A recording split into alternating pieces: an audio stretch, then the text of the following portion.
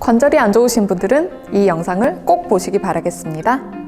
안녕하세요. 오늘의 바른이 서리나입니다. 반갑습니다. 네, 이번 영상에서는요, 슬관절이라고 하죠. 무릎 관절을 이야기하는 건데요. 관절 전문가를 모셔서 무릎 관절을 전반적으로 알아보고 연령대별 관절 치료나 퇴행성 관절염 같은 많은 사람들이 궁금해하는 내용까지 파헤쳐보는 시간을 갖도록 하겠습니다. 네, 그럼 바른세상병원에서 무릎 관절을 담당하고 계시는 허재원 원장님 모시겠습니다. 안녕하세요. 안녕하세요. 네, 반갑습니다. 반갑습니다. 네, 원장님 소개 간단하게 부탁드릴게요. 예, 저는 바른세상병원에서 관절센터 원장을 하고 있는 정형외과 전문의 허재원입니다.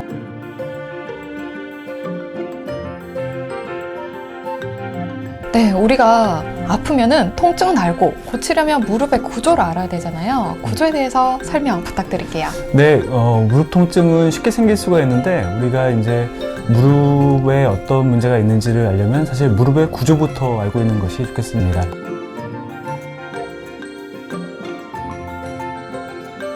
저는 제 무릎이 좀 큰 편이라서 뭔가 많이 들어가 있을 거라 생각은 했는데 잡든 잡든 들어있는 건 다 사람마다 다 똑같긴 하겠죠? 네, 그렇군요. 사이즈가 좀 차이가 날 수 있겠지만 하여튼 들어있는 건 다 똑같겠습니다. 이게 많은 분들이 궁금해 하실 건데 네. 저 앉으면은 진짜 거의 막 부서지는 소리 나요. 쪽 네. 이거 네. 이게 어릴 때부터 저 네. 이게 소리가 났는데 네. 이럴 때 병원을 가야 할까요? 소리가 난다고 병원에 오신 분들 꽤 있는데 이제 표현 방법도 보면 뚝 소리가 난다 무슨 저 부두둑. 네, 부두둑 소리가 난다. 그 소리 들리시는 소리를 이렇게 입으로 표현하시는 이제 환자분들이 참 많습니다. 그래서 사실 소리에 대해서 이제 많은 걱정들을 하고 병원에 오시게 되는데요. 이 무릎에서 소리가 나는 원인은 여러 가지가 있기 때문에 사실 한 가지로 설명을 해드리기는 어렵습니다. 그리고 또 이 소리가 자체가 어떤 병을 의미하는 증상일 수도 또 병을 의미하지 않는 그냥 비특이적인 증상일 수도 있기 때문에 사실 대단히 이제 접근하기가 어렵다고 보는 게 맞겠습니다.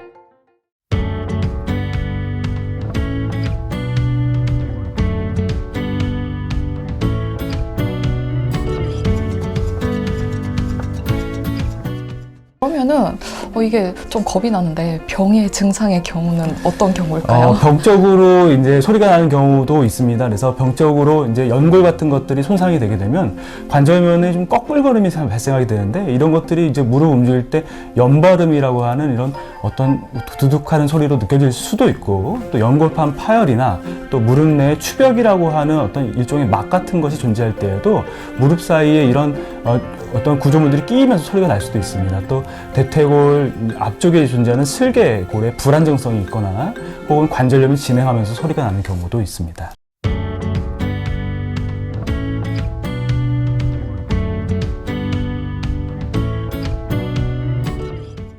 연령대별로도 궁금해하실 것 같아요.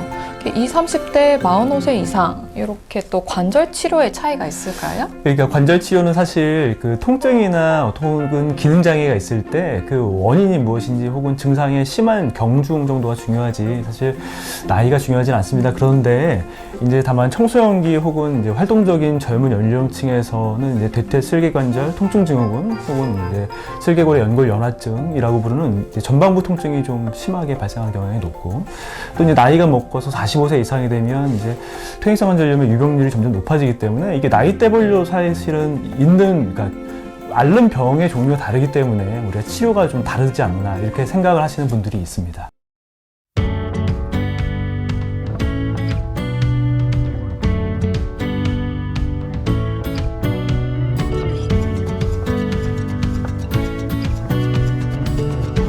그러면 또 질문이 하나 더 있어요. 저 같은 청년인데도 무릎이 아프면 퇴행성 관절염이 아닐까요? 네.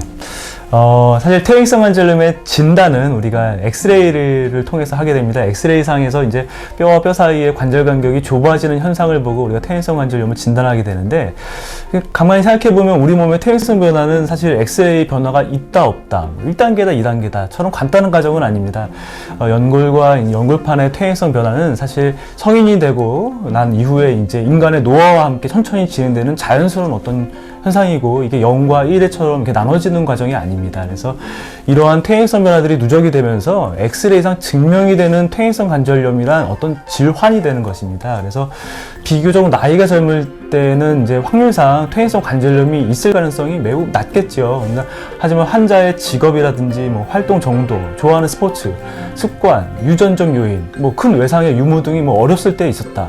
이런 것에 따라서 청년의 경우에도 퇴행성 관절염이 존재할 가능성은 있습니다.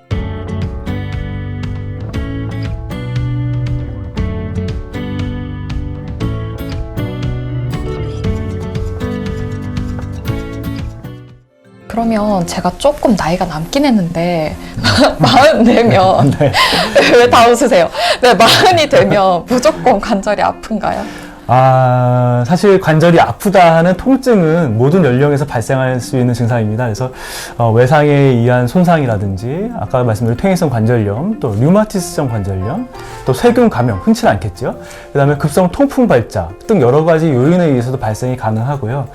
하지만 이제 체중 부하 관절인 이제 무릎 관절은 퇴행성 관절염의 유병률이 매우 높고 또 40이 안 되셨다네요. 50세 이상의 경우에는 약 한 4분의 1 환자에서 퇴행성 관절염으로 통증을 느낀다는 보고가 있기 때문에 나이를 먹을수록 관절이 아프다고 느끼면 사실 퇴행성 관절염의 가능성은 꽤 높다고 보는 게 맞겠습니다.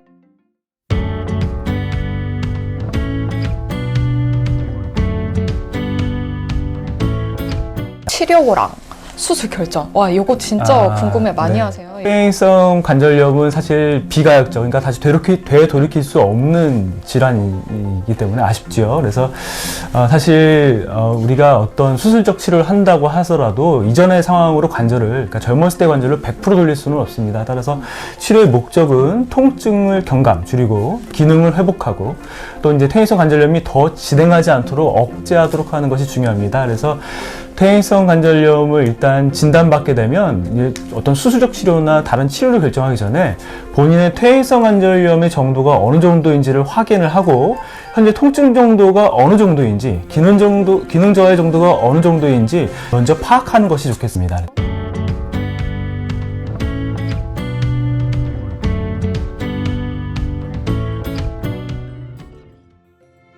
네, 그러면은 진단 이후에 치료는 어떻게 진행이 될까요? 치료는 큰 틀로는 이제 보존적 치료, 수술을 안 하는 치료가 되겠죠. 그 다음에 수술적 치료, 이렇게 두 가지로 나뉘게 되고, 수술을 하지 않는 보존적 치료들은 이제 비스테로이드성 소염제들, 또 아스타미노펜 같은 이제 약물 복용, 그다음에 관절각 내에다가 히알루론산이라고 하는 윤활 주사를 넣어주는 치료들, 또 각종 물리치료들 등이 이제 병원에서 할 수 있는 치료들이고요. 스스로 할 수 있는 이제 근본적인 치료들은 이제 자가 근력 운동, 또 체중 감량, 또 냉온 찜질, 그다음에 보조기나 지팡이 등의 사용, 또 깔창 등의 보조 도구 사용 등이 이제 스스로 할 수 있는 치료들이 되겠습니다. 이것을 넘어서 이제 수술적 치료는 이제 퇴행성 관절염이 어느 정도인지 또 얼마만큼 심한지에 따라 결정하게 되는데, 퇴행성 관절염이 무릎의 내측에만 국한되어 있고 하지의 정렬, 그러니까 다리의 정렬이 O자다리로 변화하게 되는 내반 변형이 있을 때 사용하는 교정 절골술, 또 심한 관절염이 전반적으로 무릎에 다 퍼져 있을 때 시행하는 인공관절 전치환술 등의 이제 수술적 치료가 대표적인 수술적 치료로 볼 수 있겠습니다.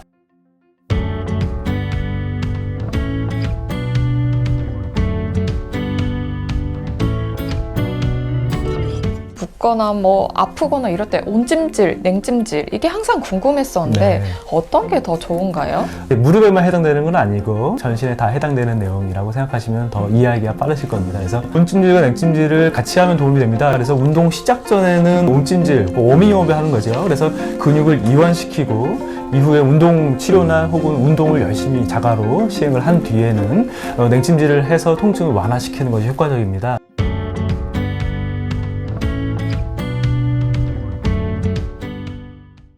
관절이 좋지 않은 분들이 하면 좋을 베스트 운동 한번 알아볼까요? 네, 베스트 운동법에 대해서 알아보도록 하겠습니다. 첫 번째는 쿼드리셉스 세팅이라고 대퇴사두근 강화 운동입니다.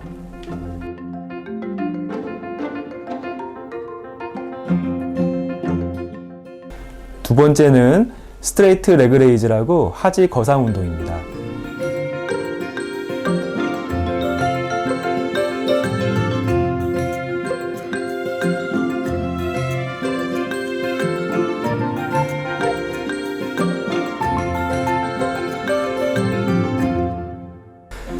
세 번째는 햄스트링 근육의 스트레칭입니다.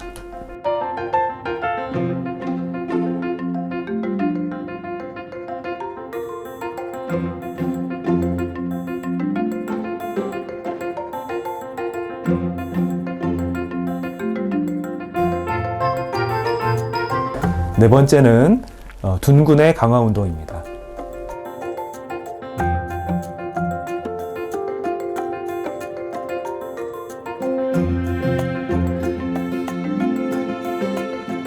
다섯 번째는 종아리 스트레칭입니다.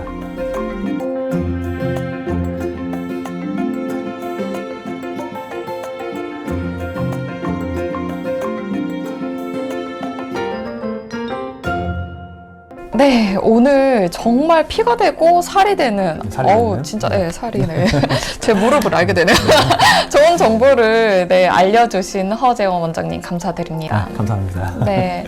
원장님을 이제 만나 뵈려면 또 어디로 가서 제 무릎을 여쭤봐야 될까요? 저는 분당에 있는 바른세상병원에서 근무하고 있습니다. 네, 알겠습니다. 네, 다음에 뭐 저든 부모님이 안 좋으면 네, 찾아가도록 하겠습니다. 네. 그러면 다음에 또 좋은 정보로 만나 뵙도록 하겠습니다. 네, 감사합니다. 네, 감사합니다.